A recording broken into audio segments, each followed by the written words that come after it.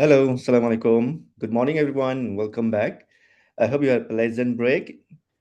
It is great to see you all as we begin the first day of our webinar series. And thank you again for joining us today. My name is Dr. Shamsul. I'm from the Department of Pharmacology, and it's my pleasure to moderate the first session. And today we are honored to have Dr. Ajantha Sinniah with us. Before we begin, I would like to share a brief introduction of our speaker. Dr. Ajantha is currently a senior lecturer at the Department of Pharmacology, Faculty of Medicine. She obtained her PhD in biochemical pharmacology from the William Harvey Research Institute, Queen's Mary, University of London, where she was trained under the supervision of Professor Rod Flower, a renowned pharmacologist. And following her doctoral studies, she continued her postdoc at the same institute. And Dr. Ajantha's academic and research expertise lies at the intersection of cancer biology and also immunopharmacology, with a strong emphasis on the translational and mechanism-driven research. She actively supervises PhD and master students, mentoring them in multidisciplinary approaches for the discovery and development of novel therapeutic strategies, particularly in the context of colorectal cancer. And Dr. Ajantha's current research program is centered on Annexin-A1 and its regulatory role in chemoresistant mechanism in colorectal cancer, focusing on signaling pathway links to the cancer stem cell biology. Okay, without further ado, I would love to invite Dr. Ajantha Sinniah, who will be presenting her talk entitled Targeting Annexin-A1, a Mechanistic Study of the Apoptosis, Autophagy, Switch via the PI3K mTOR axis in chemo-resistant colorectal cancer. Okay, Dr. Ajantha, you can start your session. Thank you so much, Dr. Shamsul, for your very kind introduction, and a very good morning to all of you. And thank you so much for being here. And I think it is my privilege to be able to present just some of my work at this webinar. So the title of my talk, as Dr. Shamsul has mentioned, is basically on Annexin-A1, and I'll be talking a little bit about the mechanistic study of the apoptosis autophagy switch via the signaling pathway, and particularly on PI3K and mTOR in chemo-resistant colorectal cancer. So I was first introduced to Annexin-A1 at the William Harvey Research Institute, where it was primarily studied as an endogenous anti-inflammatory protein, particularly for its mechanistic role in inflammation as well as resolution of inflammation. And one of a main role of Annexin-A1 was that it is a downstream mediator of glucocorticoid action. And just as a background of this particular protein, it is a 37 kilodalton endogenous anti-inflammatory protein that has 4 repeating C-terminal motifs and an active N-terminal domain that consists of a smaller peptide that is known as AC2-26. And both the full length as well as the smaller peptide have been shown to interact with its own receptor that is known as the formyl peptide receptors. And the interaction between Annexin-A1 and the cellular membrane is again regulated by phosphorylation, which needs to occur prior to externalization. And the released annexin would then undergo conformational change that, to exert its action. And as I've mentioned, Annexin-A1, its main role is a mediator of glucocorticoid. So upon occupancy of the glucocorticoid receptor with its ligand, this particular complex would then activate a protein known as PKC, protein kinase C, that would sort of induce the post-translational modification of the Annexin-A1 protein, particularly at the serine 27 residue. And this complex would then be exported out of the cell via the ABC cascade to act either in an autocrine or a paracrine manner to exert its anti-inflammatory effect via the FPR receptor. So during our initial studies, we looked into the way Annexin-A1 was able to exert its anti-allergic effects to prevent mast cell activation. And it is a very quick mechanism, because we were looking at the mechanistic non-genomic pathway of the glucocorticoid that usually happens within minutes to rapidly modulate the Annexin-A1 expression levels in response to glucocorticoid signaling. And I think one of the clearest demonstrations that we had before was on the Annexin-A1's anti-inflammatory role. Basically it comes from our mast cell mediated allergic reactive work as well. So when we challenged Annexin-A1 knockout mice with an allergen, they developed significantly enhanced allergic conjunctivitis compared to the wild type animals. And on the right here, you can see that the histology showing a dramatic influx of mast cells into the conjunctival tissue of the null mice. So the endogenous Annexin-A1 genuinely it acts as a brake on the allergic inflammation. And although I think Annexin-A1 has been extensively investigated as an anti-inflammatory protein, but interestingly, in cancer, this protein suddenly turns rogue. And since a lot of studies have also shown the flip side of Annexin-A1 in cancer progression, and a very interesting review came from NUS Singapore that shows that this particular protein plays a protective anti-tumorigenic role on one hand, but on the other hand, it can enhance metastasis and also invasion at the later stages of cancer. So this further sort of intrigued me to look into the role of Annexin-A1 in cancer. So to further identify the expressions of annexin in various cancers, me and my student, we sort of worked on a systematic review that shows that Annexin-A1 indeed possess a very distinct and discrete variation in various different cancers. So many other relevant papers have also shown that the expression of Annexin-A1 in cancer could be tissue specific, okay, where with Annexin-A1 being overly expressed in many cancers of the gut, but it is downregulated in some cancers of the head and neck.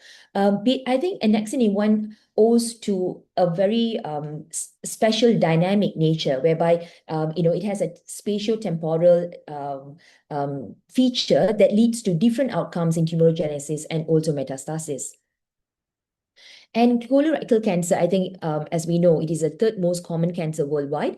And in 2024, alarmingly, about 2 million new cases of CRC has been reported worldwide. And it was the second most common cause of cancer-related mortalities in the world. So the global burden of CRC is expected to, increase in the near future. And this sort of goes on to show that CRC is indeed a growing health, concern globally, and hence further emphasizing the need for immediate attention as well as intervention is much needed. The treatment strategies for colorectal cancer includes chemotherapy, radiotherapy, surgery, and also targeted therapy. But however, despite all this advancement in current treatment strategies for CRC, the resistance to chemotherapeutic drugs remain a huge problem. So hence, there is an urgency to understand the mechanisms underlying it, and understanding how it can contribute to chemoresistance could, maybe pave way for the creation of new therapeutic agents or strategies based on endogenous mediators. And hopefully we could, revert chemoresistance.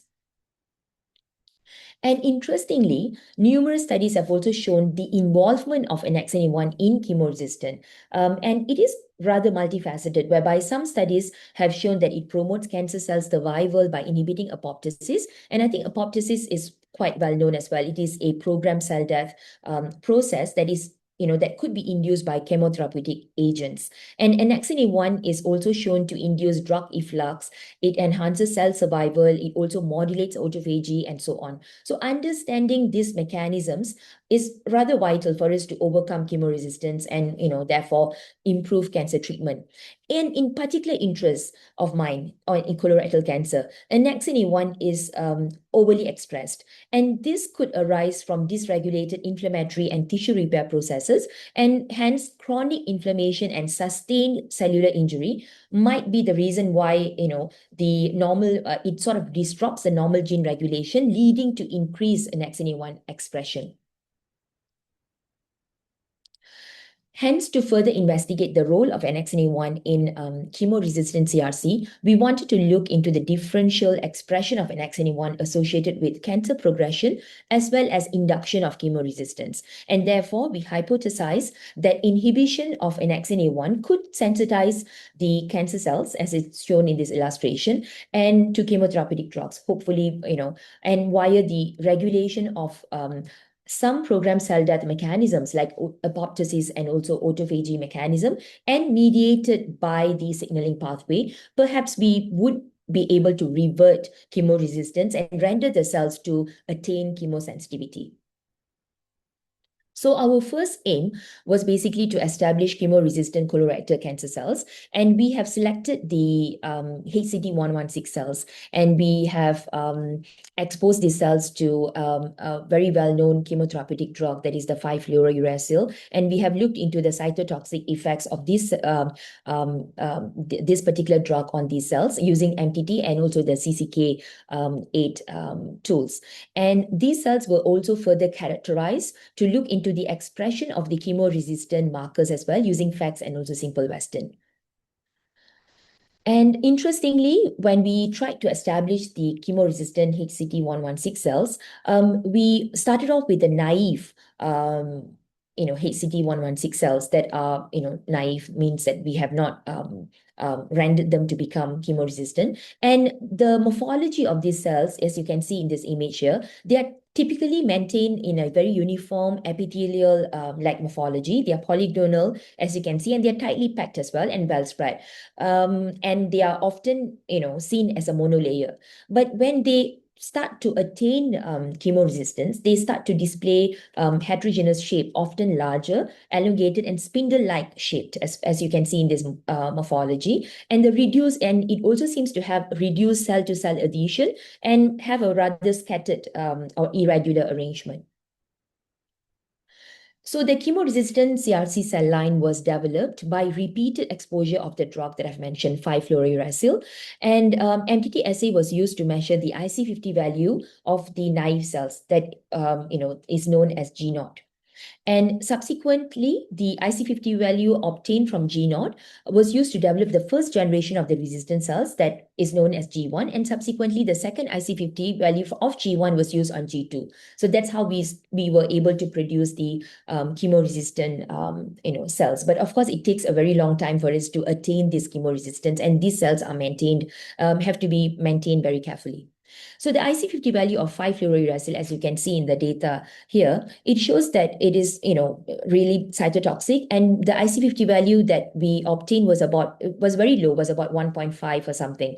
And in G1, you can see that the IC50 value increased. So we had about 26. However, in G2, we were not able to get IC50 value at all. So this shows that somehow the cells of, from this cohort of cells are not responding to the 5-fluorouracil. And again, the similar pattern was also observed when we tried with CCK, as well as, when we tried to look into the various IC50 value, you can see that in G2, it is significantly increased, again, to show that the cells are not responding to the treatment. Next, we also wanted to characterize our chemoresistant cells using chemoresistant markers like ALDH1 as well as OCT34.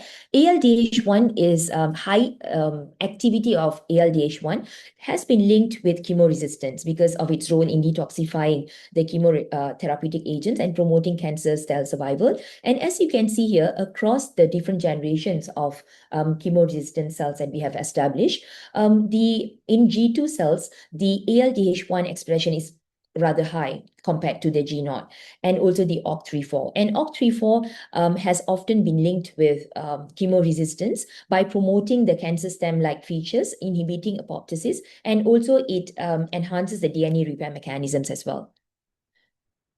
And next, our following aim was to investigate the role of Annexin-A1 in these already established chemoresistant cells. And so to generate the Annexin-A1 negative population, of course, we had to use the siRNA method to delete the Annexin-A1 gene and to look into the mechanistic role of Annexin-A1 in cancer.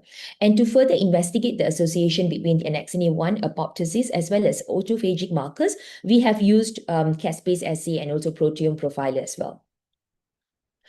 So the data here, once we had knocked down the Annexin-A1 using the siRNA, as you can see here in the Western blot, once we knock down, we do not get much expression of Annexin-A1. And when we tried to look into the IC50 value obtained from MTT, for each generation was initially used to treat the respective cell line and their knockdown variants, as you can see here.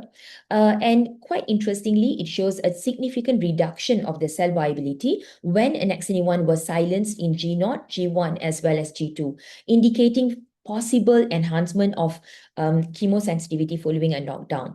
And when we looked at the expression of ALDH1 that was increased in G2 chemoresistant cells, there was a 21% decrease when we have deleted Annexin-A1, transiently silenced Annexin-A1, further indicating the reversal of chemoresistance and the potential role that Annexin-A1 might play in rendering the cells to become chemoresistant. And to further understand the mechanism through which Annexin-A1 reverses chemoresistance, we had looked into 35 proteins involved in chemoresistance and extrinsic and intrinsic apoptosis as well. And we have analyzed using the proteome profiler. And the changes in the proteins that have a role in chemoresistance was also evaluated. And out of the 35, we observed about 4 proteins that seem to have an effect, like HIF1 alpha that promotes cell survival in hypoxic conditions, were downregulated in the Annexin-A1 knockdown cells, and hence reverses chemoresistance in this model. And the Hem oxygenase 2 is also implicated in the cellular response, and this particular protein was also downregulated in the knockdown cells. And the third one was P21, that plays a critical role in cell cycle progression, seems to be significantly downregulated in the chemoresistant cells. However, its effect was reversed in the siRNA annexin knockdown cells, indicating that the cells have acquired chemosensitivity. And the last protein that sort of had an effect in our model was phosphoRED17, that has been shown to disrupt cell cycle checkpoint activation. And this particular protein seems to be abolished or downregulated when Annexin-A1 was silenced. And we also wanted to look into the caspases that are involved in apoptosis, particularly caspases 3 and 7, and also caspase 9 that are involved in the intrinsic pathway, and also the caspase 8 that is involved in the extrinsic pathway. So the comparison was done in parallel between naive G0, G1, and G2 with their respective Annexin-A1 silence variant. And as you can see here, the caspases 3, 7, and 9 were involved in the intrinsic, and it seems to be increased significantly in G0. However, when annexin was knocked down, it does not have much of a difference. But in G2, both the groups did not show any changes as well, indicating that the decrease of cell viability observed in the knockdown cells were not caspase dependent. So somehow another pathway might be activated. So when we looked into the intrinsic apoptosis regulated proteins, again using the protein profiler, the changes in the proteins that have a role in inducing intrinsic was again looked into or investigated. And here, this particular protein, HTRA2, that is basically released from mitochondria into the cytosol, where it has an effect in apoptosis in both caspases, dependent or independent manner, seems to be highly increased. So that shows that there are some sort of induction of apoptosis in the intrinsic protein. Whereas extrinsic protein only trail R2, DR5 seems to have an effect. So it induces apoptosis out of the 4 proteins that we had looked into the extrinsic protein. And this particular protein-mediated apoptosis is part of an extrinsic apoptotic pathway, providing a mechanism for eliminating the unwanted or the damaged cells. So the activation of this particular protein leads to cell death through apoptosis. However, the other proteins did not have much of an effect. So that led us to think, what actually is triggering the cells to undergo cell death when they render or they are not able to respond to the cells in the chemoresistant model. So it is quite evident that upon acquiring chemoresistance, both the intrinsic and also the extrinsic seems to be largely dysregulated. And that sort of provides the pro-survival characteristic as well, indicating inhibition of apoptosis. And the proteome profiler analysis showed that the annexin knockdown, as you can see in the illustration, conferred to majority of the apoptotic proteins to be inhibited, although the annexin knockdown G2 cells were observed to have a decreased cell viability. Possibly, perhaps it switches to another cell death mechanism, and probably autophagy is in place. So in the context of cancer, the balance between apoptosis and autophagy plays a very significant role in tumor development, progression, and also response to therapy. And dysregulation of these processes could contribute to cancer initiation or progression. And apoptosis, as we know, it is a programmed cell death mechanism, and when defective, it can lead to uncontrolled cell growth and tumor formation. Whereas autophagy, on the other hand, is often known as a double-edged sword, where it is involved in the cellular recycling process to promote cell survival by providing nutrients to the cancer cells under stress conditions, such as nutrient deprivation or chemotherapy. But on the other hand, excessive autophagy can also lead to autophagic cell death that can contribute to the tumor suppression. So the interplay between autophagy and apoptosis in cancer is rather complex and context dependent. So we wanted to look into how Annexin-A1 would play a role in regulating this particular crosstalk between apoptosis and autophagy in CRC. So autophagy analysis was again performed using Western blot and further validated using the autophagy flux kit. And two main proteins were investigated. That is the LC32A and also the P62 proteins that are very essential in autophagy. And as you can see here, rather interestingly, both these proteins recorded a very similar trend, whereby Annexin-A1 knockdown increased the marker's expression in the knockdown cell line compared to the respective non-transfected cell line. So however, the most significant difference was observed in the G2 knockdown cells. Okay, so when Annexin-A1 was silenced, the expression of both these proteins, LC32A and P62, increased about sevenfold in the G2 cells. So Annexin-A1's role in autophagy was further validated using the autophagosome using chloroquine, which was used as a control. And the analysis revealed that annexin knockdown contributes to the autophagosome degradation in G0, G1, as well as G2. So this trend was consistent across these generations of cell line, possibly indicating that autophagy cell death mechanism is being triggered when Annexin-A1 expression is being abolished.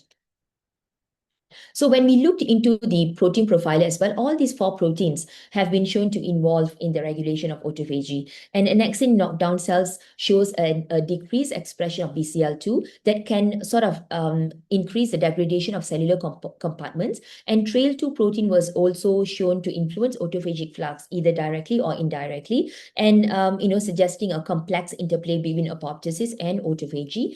HSP27, which is also inducing autophagy, as well as catalase protein. So it plays a role in oxidative stress and maintains a redox balance.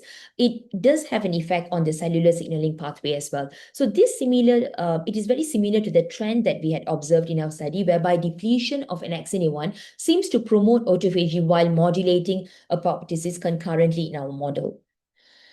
So based on these findings, annexin knockdown in chemoresistant cells seems to have an induced autophagic cell death in this model, whereby it is evident in the two proteins that we have investigated. So this knockdown shows that the important autophagy markers are, being downregulated and indicating that Annexin-A1 may be involved in inducing autophagy. The third aim was to basically to look into whether annexin plays a role in the signaling pathway, and we have investigated the PI3K and mTOR axis that plays a very significant role in cancer. And the data here shows that PI3K and mTOR pathway, specifically Annexin-A1 knockdown, resulted in an increased expression of PI3K and also its phosphorylated PI3K expression, suggesting an enhanced activation of this particular pathway. And mTOR, we were also looking at mTOR, which is a very important protein that plays a central role in colorectal cancer by regulating cell growth, proliferation, metabolism, survival, and also autophagy, and it plays a role in autophagy as well as chemoresistant. And interestingly, our findings have also shown concurrently there was a consistent downregulation of mTOR across all the knockdown variants, correlating with the induction of autophagy. So these findings sort of suggest that the Annexin-A1 knockdown promotes autophagy through the mTOR inhibition while modulating the PI3K signaling pathway, and thereby reversing the chemoresistance in colorectal cancer, maybe facilitating a shift towards autophagic cell death. So just to summarize, we are trying to bridge the gap between the PI3K mTOR pathway in the apoptosis autophagy interplay. The findings in our model shows that Annexin-A1 knockdown modulates the PI3K mTOR pathway, enhancing PI3K and also the phospho PI3K expression and significantly downregulating mTOR. So this alteration suggests that the PI3K mTOR axis plays a rather pivotal role in chemoresistance through the apoptosis autophagic switch or interplay. So by understanding these mechanisms and pathway and the way they interact and influence one another in cancer cells, we hope to develop some novel therapeutic approaches to exploit these mechanisms to selectively target cancer cells. And just to summarize, Annexin-A1 knockdown enhances chemosensitivity in the chemoresistant colorectal cancer cells via the modulation of apoptosis autophagy switch through the propensity towards induction of the signaling pathway via PI3K and mTOR axis. So these are just some of my references. And I would like to thank my team members from the Integrative Molecular Laboratory at the Department of Pharmacology. And I would also like to acknowledge the grant, FRGS and also BKP grant that supported this study. Thank you.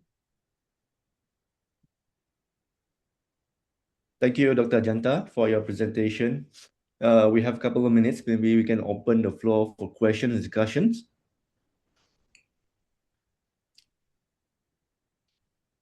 If you have any questions, please feel free to ask a question, or maybe you can type it into the chat. So while we wait for questions from the audience, perhaps I would like to ask a question of my own. Dr. Ajantha, do you envision Annexin-A1 being developed as a biomarker for therapeutic target one day? Definitely, because I think this particular protein has a potential as a biomarker and also therapeutic target. But of course, further validation is required before clinical translation. And as a biomarker, one of the interesting feature of Annexin-A1 is that it is elevated. Elevation of Annexin-A1 has been shown in various cancers, and it is associated with tumor progression, poor prognosis, and so on. So I think Annexin-A1 could potentially be used to identify patients as well who are more likely to develop chemoresistance or maybe experience cancer relapse or recurrence. But from a therapeutic perspective, our findings indicate that Annexin-A1 contributes to the maintenance of chemoresistance and cancer stem-like features, which is rather interesting. And targeting Annexin-A1 may therefore sensitize the resistant tumors to conventional chemotherapy while simultaneously reducing the tumor aggressiveness.